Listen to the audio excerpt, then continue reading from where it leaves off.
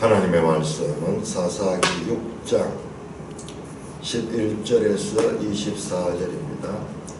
사사기 6장 11절. 여호와의 사자가 아비에셀 사람 요아스에게 속한 오브라에 이르러 상수리 나무 아래에 앉으니라. 마침 요아스의 아들 기브온이 미디안 사람에게 알리지 아니하려 하여 밀을 포도주 틀에서 타작하더니 여호와의 사자가 기드온에게 나타나 이르되 큰 용사여 여호와께서 너와 함께 계시도다 하며 기드온이 그에게 대답하되 오 나의 주여 여호와께서 우리와 함께 계시면 어찌하여 이 모든 일이 우리에게 일어났나이까. 또 우리 조상들이 일찍이 우리에게 이르기를 여호와께서 우리를 애굽에서 올라오게 하신 것이 아니냐 한 그 모든 이적이 어디 있나이까. 이제 여호와께서 우리를 버리사 미디안의 손에 우리를 넘겨주셨나이다 하니 여호와께서 그를 향하여 이르시되 너는 가서 이 너희 힘으로 이스라엘을 미디안의 손에서 구원하라. 내가 너를 보낸 것이 아니냐 하시니라. 그러나 기드온이 그에게 대답하되 오 주여 내가 무엇으로 이스라엘을 구원하리까. 보소서 나의 집은 므낫세 중에 극히 약하고 나는 내 아버지 집에서 가장 작은 자니라 하니 여호와께서 그에게 이르시되 내가 반드시 너와 함께 하리니 내가 미디안 사람 치기를 한 사람을 치듯 하리라 하시니라. 기드온이 그에게 대답하되 만일 내가 주께 은혜를 얻었사오면 나와 말씀하신 이가 주 되시는 표징을 나에게 보이소서. 내가 예물을 가지고 다시 주께로 와서 그것을 주 앞에 드리기까지 이곳을 떠나지 마시기를 원하나이다 하니 그가 이르되 내가 너 돌아올 때까지 머무르리라 하니라. 기드온이 가서 염소 새끼 하나를 준비하고 가루 한 에바로 무교병을 만들고 고기를 소쿠리에 담고 그걸 양푼에 담아 상수리 나무 아래 그에게로 가져다가 드리매 하나님의 사자가 그에게 이르되 고기와 무교병을 가져다가 이 바위 위에 놓고 국을 부어라 하니 기드온이 그대로 하니라. 여호와의 사자가 손에 잡은 지팡이 끝을 내밀어 고기와 무교병에 대니 불이 바위에서 나와 고기와 무교병을 살랐고 여호와의 사자는 떠나서 보이지 아니한지라. 기드온이 그가 여호와의 사자인 줄을 알고 이르되 슬프도소이다 주 여호와여 내가 여호와의 사자를 대면하여 보았나이다 하니 여호와께서 그에게 이르시되 너는 안심하라 두려워하지 말라 죽지 아니하리라 하시니라. 기드온이 여호와를 위하여 거기서 제단을 쌓고 그것을 여호와 살롬이라 하였더라. 그것이 오늘까지 아비에셀 사람에게 속한 오브라에 있더라. 오 하나님 아버지 늘 감사합니다. 오늘도 하나님을 계시하여 우리에게 보여주시니 감사를 드립니다. 예수님 이름으로 감사하며 기도드리옵나이다. 아멘. 자, 이렇게 이제 사사기 6장은 6장에서 7장, 8장까지 이르러서 기드온 사사에 관한 기사가 나옵니다. 길게 나오죠. 지금까지 나왔던 어떤 사사보다도 이제 길게 나옵니다.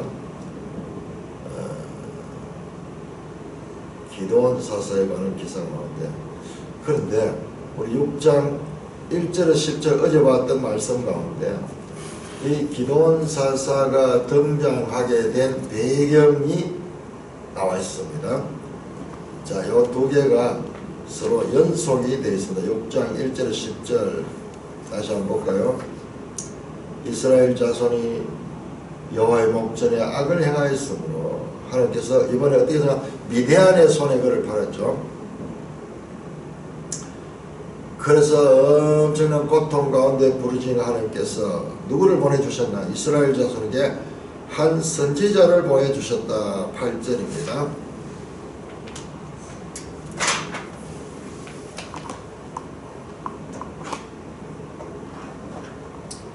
야, 이런 단어가 우리 보통 이 선지자들의 등장을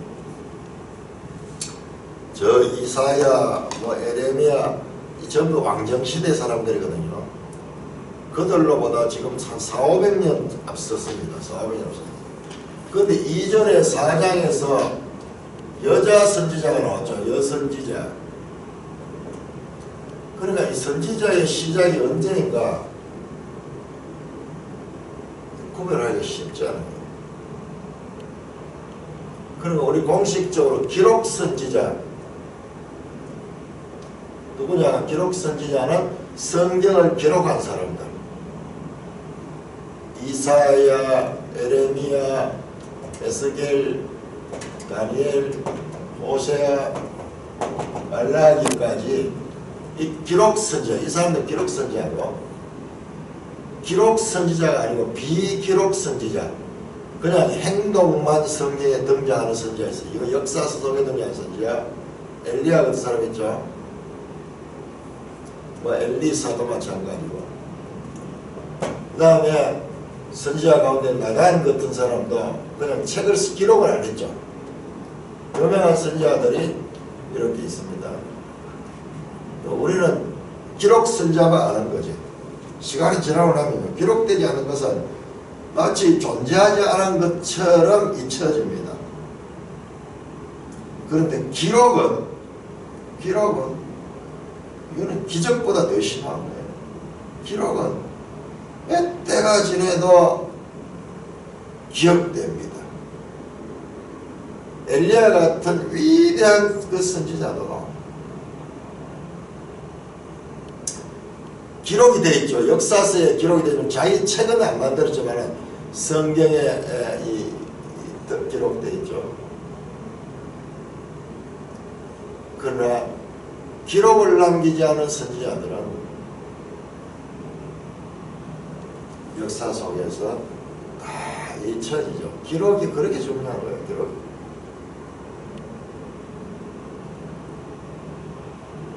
이 선지자도, 이 선지자가 지금 등장인데 기록 선지자는 아니죠. 근데 이름도 없어. 익명의 선지자. 이 여선지자 더불어 나오고, 제가 찾아본 그 성경의 선지자로 제일 먼저 등장하는 것이 모세예요. 모세. 너와 같은 선지자를 보내겠다. 모세. 그다음 미리암도 여자 선지자. 미리암.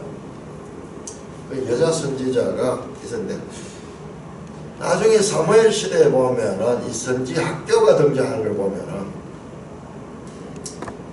사무엘 시대의 선지 학교를 만들고, 그 다음에 저기 엘리야, 엘리사 이럴 때 서로 제자 관계고, 그리고 그들이 선지 신학교가 지금 선지 학교가 등장하잖아요. 이게 이 선지자 제도가 아주 공식적으로 그렇게 적용된 것은 그 후에지만은 하나님의 그 선지자는 대언자예요. 대언자.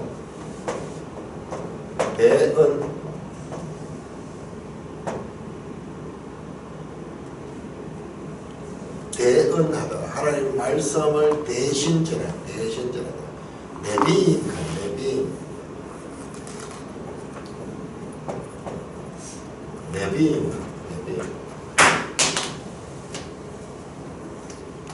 나비. 하나님 말씀을 대신 전한다.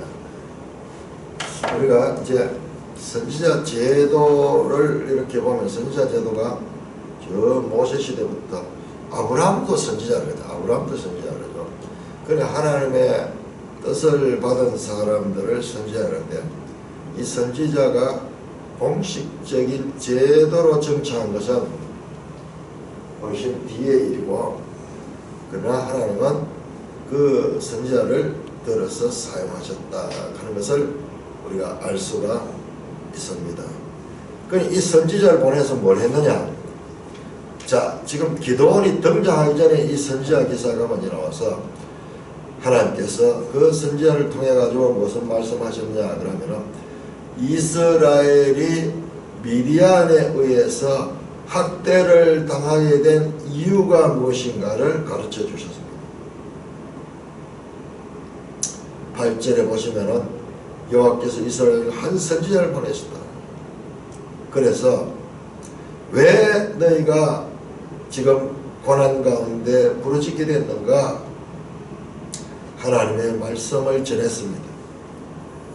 하나님이 너희를 애굽에 인도해내고 종되었던 집에서 나오게 하여 애굽 사람의 손과 모든 학대하는 자의 손에서 너희를 건져냈다. 9절입니다. 그들을 너희 앞에서 쫓아내고 그 땅을 너희에게 주었으며 그렇게 했지만은 너희가 어떻게 했냐? 가나안의 아모리 사람의 땅의 신들을 두려워하지 말라 했으나 너희가 그 목소리를 듣지 아니하고 그 가나안 사람의 신들을 두려워하고 그 신들을 숭배했다.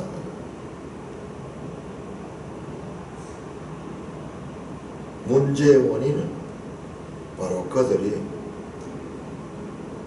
두려움 가운데 하나님을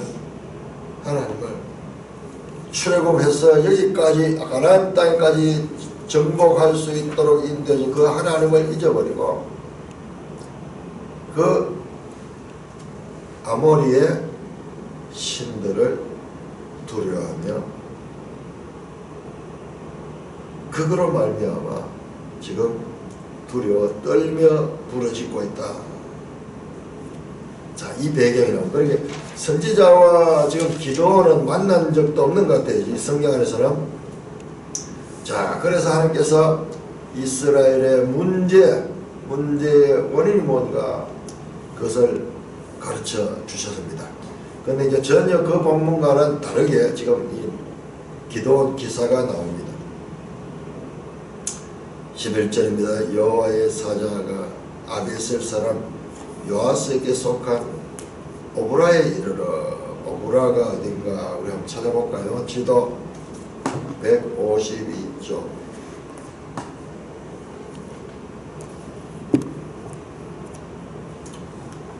152쪽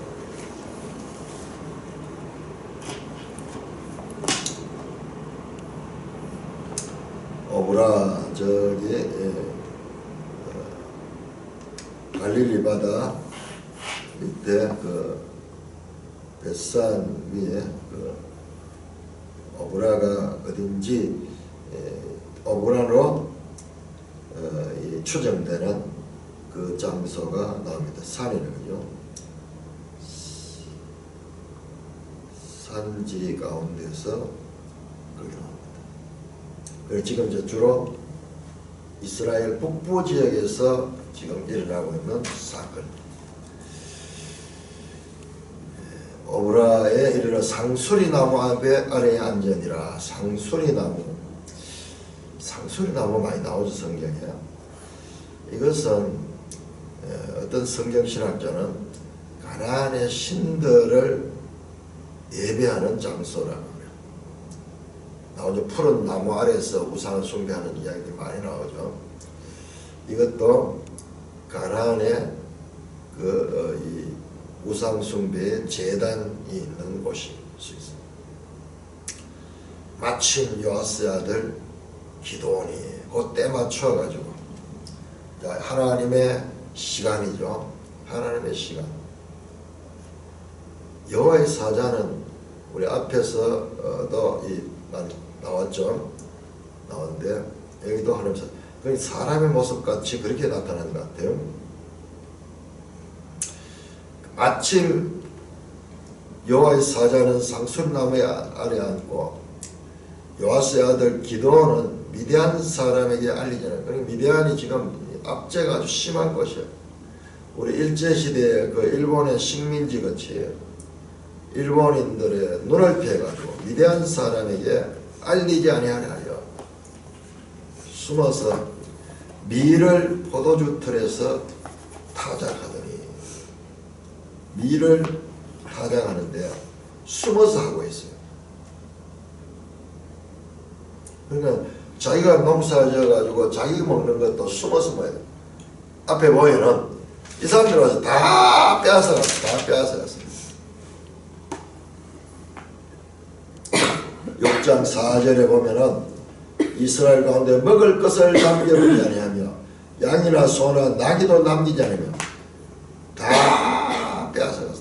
그래서 양식을 가지고 있다는 게 알면은 또 뺏기니까는 어디 숨겨놨다가 그렇게 해서 이제 밀을 타작을 해야지 먹을 수 있으니까 포도주 틀에서 타작하더니 포도주 틀이 뭐냐? 포도주 틀은 우리는 지금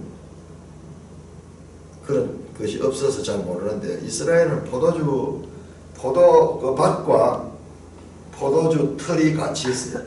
아마 땅을 좀 팠는 것 같아요. 땅을 파서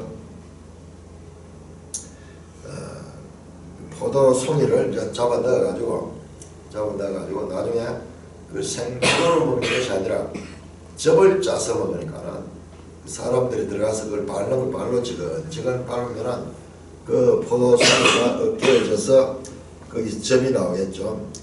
그 포도즙을 받는 그 틀이니까는 그러니까는 이 밖에서 보면 안 보이도록 되어 있는 것이 뭐 큰 통 같은 것이 있고 그다음에 거기 밟으면은 거기로 이제 즙이 흘러나가는 그러니까는 외부에서 잘 보이지 않는 곳에 거기 들어서 밀을 타작했다. 이 그림 자체가요 우리에게 이때 상황이 어땠는가를 보여주는 거예요. 타작은 주로 어떤 곳에서 합니까? 타작은 평지에서 좀 바람이 부는 곳에서 그렇게 해야지 알곡과 거라지가 구별되고 껍질들이 또 이렇게 다 분리되는데 바람이 필요하잖아요. 그런데 포도주 틀 속에는 바람이 없잖아요. 그만큼 사람들의 눈을 피해가지고 겨우겨우 먹을 것을 그때그때 타작해가지고 그렇게 먹고 있는 준비하고 있는 모습을 봅니다. 자기 땅에 살면서도 미디안 사람들에게 지금 눈치를 보면서 그래서 이 타작하는 이런 모습 하나를 통해서 그때 상황이 어땠는가를 우리에게 알려주고 그리고 가나안이라는 사람이 기드온이라는 사람이 어땠는가 소심하고 그리고 아주 이 소극적인 그런 인물인 것을 보게 됩니다. 이 장면 하나에서 엄청난 우리가 배경에 대해서 그림으로서 우리에게 알리는 그런 메시지가 있습니다. 포도주틀에서 밀을 포도주틀에 타작하는 이런 모순된 장면. 그만큼 미디안의 압제가 심했고 미디안의 눈을 피해서 그렇게 살아가는 모습을 보여줍니다. 그때 12절에 여호와의 사자가 기드온에게 나타나가 이렇게 말합니다. 큰 용사여 여호와께서 너와 함께 계시도다 하며 야 현실은요 숨어가지고 겨우 타작이라 하고 있는 소극적이고 소심한 인물을 여호와의 사자가 뭐라고 하는 기드온을 너는 큰 용사다 기보르 하일, 기보르 하일. 우리 지난번 이 잠언할 때 잠언 끝에 현숙한 여인, 현숙한 에세트 하일이거든요. 그 현숙하다는 말이 아니에요. 용사예요, 용사. 용사 같은 여자. 용사 같은 여자. 그게 누구냐? 그 나오잖아요. 사업을 하고 막 무역을 하고 그다음에 그 집사람들 돌보고 관리하고 하는 그 이 여인 나오잖아요. 현숙한 여인이 아니라 용사한 여인, 용사 같은 여인. 그 다음에 큰 용사예요. 여호와께서 너와 함께 하신다. 현실은 소심하고 소극적이고 숨어서 겨우 연명하기 위해서 남의 눈치를 보면서 이 말도 안 되는 포도주 틀 안에서 밀을 타작하고 있는 그 기도원을 여호와의 사자는 큰 용사다 그렇게 말합니다. 하나님 너와 함께 계시다. 기도원이 그에게 대답하되 아니 하나님이 나와 함께 하신다고요? 나의 주여 여호와께서 우리와 함께 하시면 어찌하여 이 모든 일이 우리에게 하나님 우리와 함께 한다는데 어찌하여 우리가 이렇게 미디안의 압제를 당하며 이런 억압을 당하며 이 목숨조차도 부지하기 어려운 이런 상황에 우리를 내버려 두십니까? 이게 어떻게 하나님과 함께 하신다는 증거입니까? 어찌하여? 자, 어찌하여라는 질문이 중요합니다. 우리 인생에 하나님께서 때때로 우리가 이해되지 않는 그와 같은 일을 당하게 하실 때가 있어요.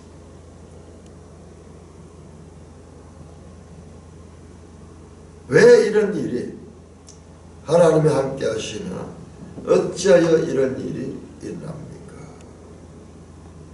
또 우리 조상들이 일찍이 우리에게 이르기를 여호와께서 우리를 애굽에서 올라온 것이 아니냐. 그 모든 이적이 어디 있습니까? 조상들이 이 사람들은 지금 가나안 3세대, 4세대, 5세대 그 출애굽에 그 경험하지 못했던 단지 이야기로만 들었던 그 세대들이에요. 조상들이 들어보니까 하나님께서 애굽에 기적적으로 올려주고 우리를 기적적으로 이 땅을 정복하게 하셨는데 지금 그 과거의 그 화려한 하나님의 이적이 오늘날은 왜 나타나지 않고 우리가 그 미디안에게 지금 압제를 당하고 있습니까? 이제 여호와께서 우리를 버리사 미디안 손에 우리를 넘겨주다.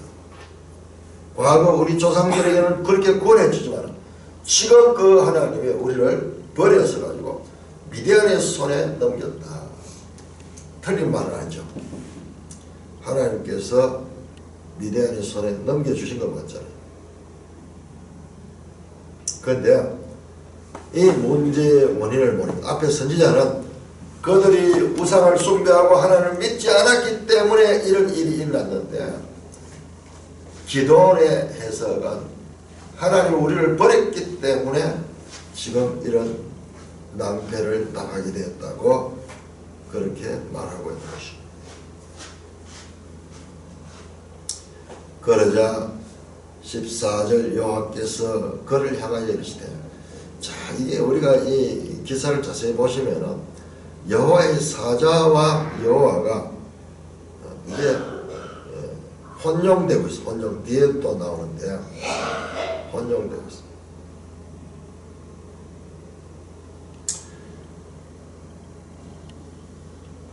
너는 가서 너희 힘으로 이스라엘 미디안을 써서 구원하라. 내가 너를 보낸 것이 아니냐 하시냐. 그와 같이 하나님에 대해서 원망 같은 하나님이 우리를 버려서 이런 일을 당했다고 오해하고 있는 미디안의 이 기도원에게 하나님께서 네가 가서 이 미디안 손에서 이스라엘을 구원하라. 구원하라는 단어 야샤, 이샤 내가 너를 보낸 것이다. 기도원은 하나님에 대해서 무지한 자였습니다. 그는 미디안에 의해서 자신들이 압제당하고 있는 이유를 몰랐습니다. 앞에서 한 선지자를 통해서 이스라엘이 미디안에서 압제당한 이유를 하나님께서 우리에게 알려주죠. 우리는 독자들은 알고 있지만 지금 기도원은 알지 못해요. 그러니까 하나님께서 하나님의 사람들을 설정해 꼭 그 뜻을 다 알아서 사용해요. 하나님 일방적으로 들어서 은혜로 사용하죠.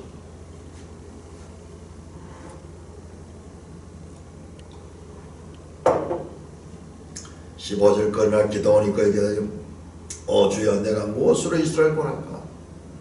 내가 어떻게 할 수 있습니까? 모세를 하나님께서 들어서 이스라엘을 구원할 때도 모세의 반응이 딱 이랬죠. 하나님께서 사람을 쓸 때는 그 사람의 자격을 보고 쓰는 것이 아니라 하나님의 일방적 선택이에요. 이스라엘을 구원하라고요. 나는 할 수 없습니다. 똑같은 반응이 나옵니다. 보소서 나의 집은 므낫세 중에 극히 약하고 나는 내 아버지 집에서 가장 작은 이 므낫세 지파입니다. 므낫세 지파의 이 기도원 므낫세 중에도 극히 약하고 내 아버지 집에서 자기 아버지가 요아스의 중에서도 가장 작은 자다. 최상급 이 부정적인 표현을 합니다. 극히 약하고 가장 작은 자. 이 공통적인 것 같아요. 하나님 앞에 서면은 자기 자신의 모습이 보일 때 모세도 그랬죠.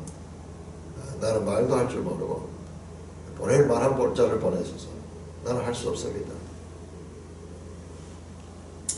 여호와께서 그에게 내가 반드시 너와 함께 하리니 네가 미디안 사람 치기를 한 사람을 치다. 하나님이 함께 하시겠다는 말씀입니다. 하나님이 함께 하시면 12절에 보면 큰 용사여 여호와께서 너와 함께 하신다.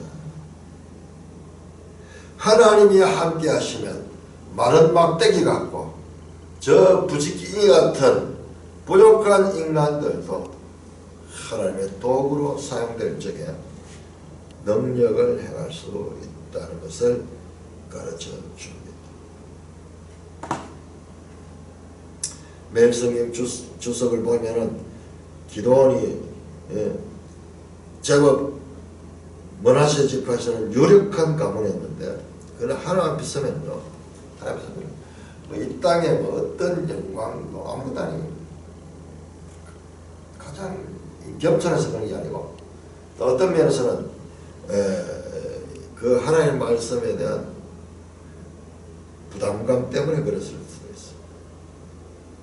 자기를 아주 겸손하게 지금 드러내고 있습니다.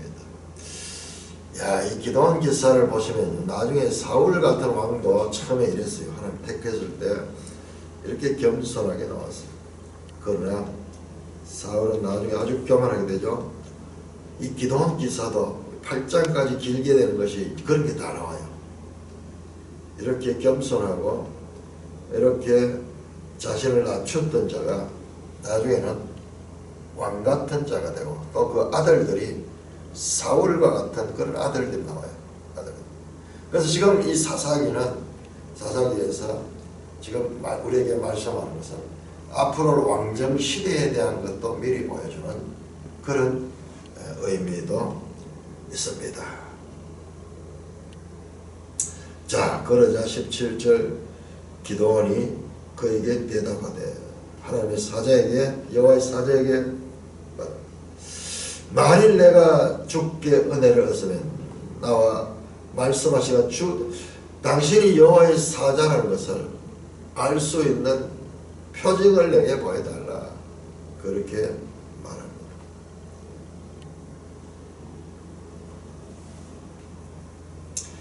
내가 애물을 가지고 다시 주께 와서 그것을 주 앞에 드릴까지 이곳에 떠나지만 이곳이 어디면 상수리나무 아래죠. 상수리나무.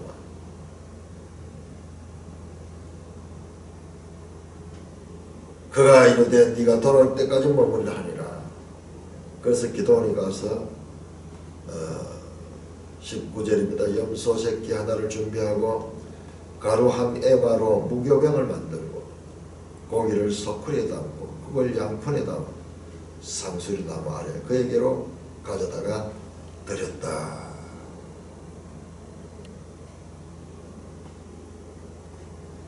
여호와의 사자를 대접하려고 했던 것 같아요. 염소 새끼 하나를 주며 가루 한 에바로 무교병을 만들고 고기를 소쿠리에 담고 그걸 양푼에 담아 상수남에 가져다시 몇 시간이 지났겠네요. 요리 다 해가는 하면 20절인데 여호와 하나님의 사자가 그에게 이르되 고기와 무교병을 가져다 이 바위에 넣고 그걸 부어라 하니 기도원이 그대로 하니라. 그 바위에다가 앉아있던 그 바위에다가 그것을 부으라.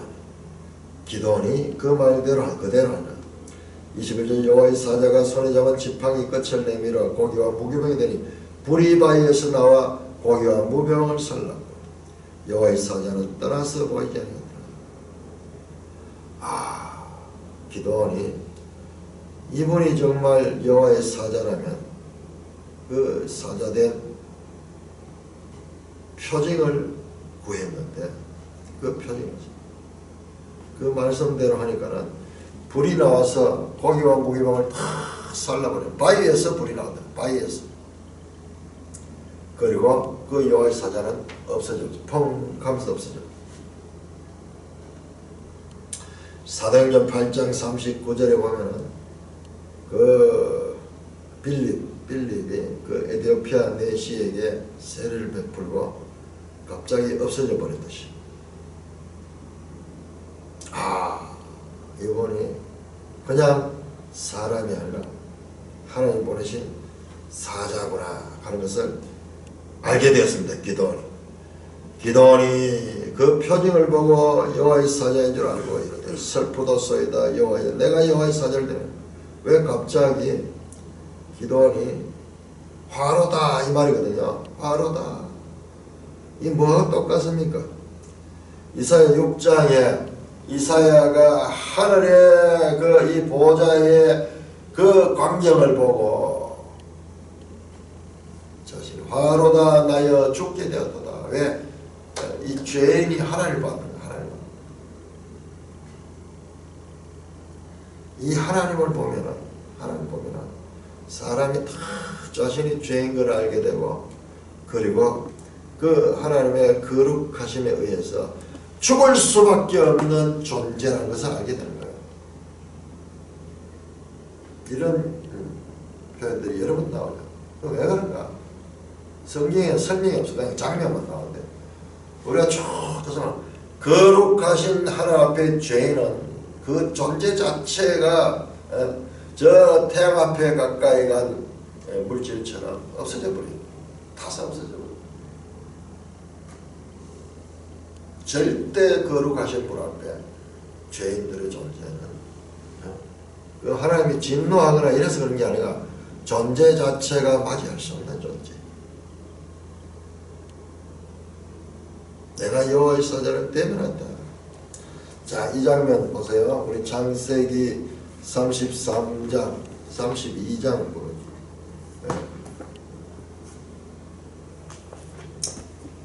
자, 출애굽기 먼저 볼까요? 출애굽기 33장. 출애굽기 33장 20절 보십시오. 20절. 또 이르시되 내가 내 얼굴을 보지 못하니 나를 보고 살 자가 없으나 하나님이 모세 앞에 나타났죠. 등을 보여주잖아요. 등을 보여주시고 여호와라 여호와라.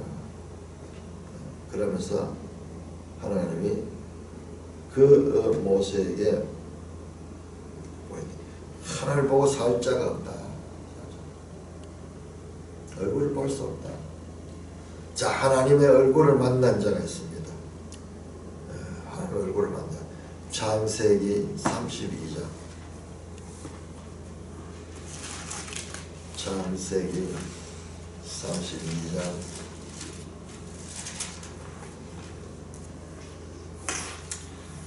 창세기 32장 보시면요, 20절 보시면은 20절 후반에 애물로 형의 감정을 푼 후 대면하면 형이 혹시 나를 받아주리라.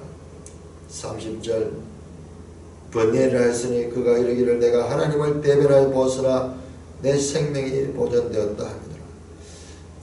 그 에서를 대면하며 자기가 죽을 것을 두려워했던 자에게 하나님이 대면했는데도 그러나 그 생명이 보존됐습니다. 그래서 그 장소의 이름을 버니엘이라 그렇게 했죠. 하나님의 얼굴을 버니엘, 하나님의 판이 하나님을 대면하다, 얼굴을 뵙다 그런 거죠. 그러니까 하나님을 대면하면은 죄인들은 죽을 수밖에 없는 거예요. 그래서 기도원은 그 여호와의 사자가 하나님의 사자인 줄 알고 간접적으로 하나님을 본 거예요. 그래서 나는 이제 화로다, 죽게 됐다, 그렇게 하니 여호와께서 그에게 이르시되, 이번에 또 여호와가 등장합니다. 너는 안심하라, 두려워 말라.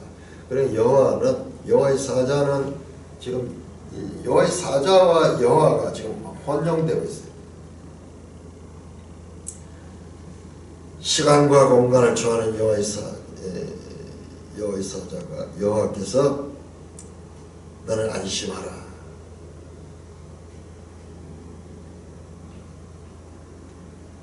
매일성경 주석 보세요. 너는 안심하라 번역돼 보면 지게하면 네게 살롬이 있으리라 그런 뜻입니다. 두려워 말라, 죽지 아니하라. 안심하라, 두려워 말라, 죽지 아니하라. 세 번에 걸쳐서 확실하게 그는 죽지 아니할 것을 확언받습니다. 여호와로부터. 자, 그와 같은 놀라운 체험을 가진 기도원이 여호와를 위하여 거기서 제단을 쌓고 그것을 여호와 살롬이라 했다. 하나님의 평강입니다. 그것이 오늘까지 아베셀 사람에 속한 오브라에 있더라. 이렇게 하면서 이제 기도원이라는 사사가 이제 참 하나님의 사자를 만나고 기적적인 경험을 하고, 그리고 앞으로 이 미디안과의 전쟁에서 이스라엘 구원을 사사로서 역할을 하게 될 그 사건의 도입부를 여기서 보게 되었습니다. 자, 우리 여기서 이 중요한 점은 1절에서 10절에서 여기서 한 선지자를 보냈다. 한 선지자. 그래서 선지자를 통해서 이스라엘이 미드안에 탄압당하고 학대받게 된 이유를 가르쳐줬지만, 그러나 기드온은 그런 것을 전혀 알지 못하고 하나님 우리를 버렸다, 하나님에 대한 원망과 그리고 하나님에 대한 무지로 가득 차 있는 것을 보게 됩니다. 그런 자를 하나님께서 들어서 함께 하셔서 그를 이스라엘을 구원하는 도구로 사용하시려고 하시는 그 과정에서 무지한 기도원을 가르치십니다. 하나님 가르치면서 마침내 미디안을 변화시켜서 여호와 샬롬이라는 제단을 쌓고 그렇게 하나님의 일꾼으로 준비되어가는 모습을 보게 됩니다. 찬송가 353장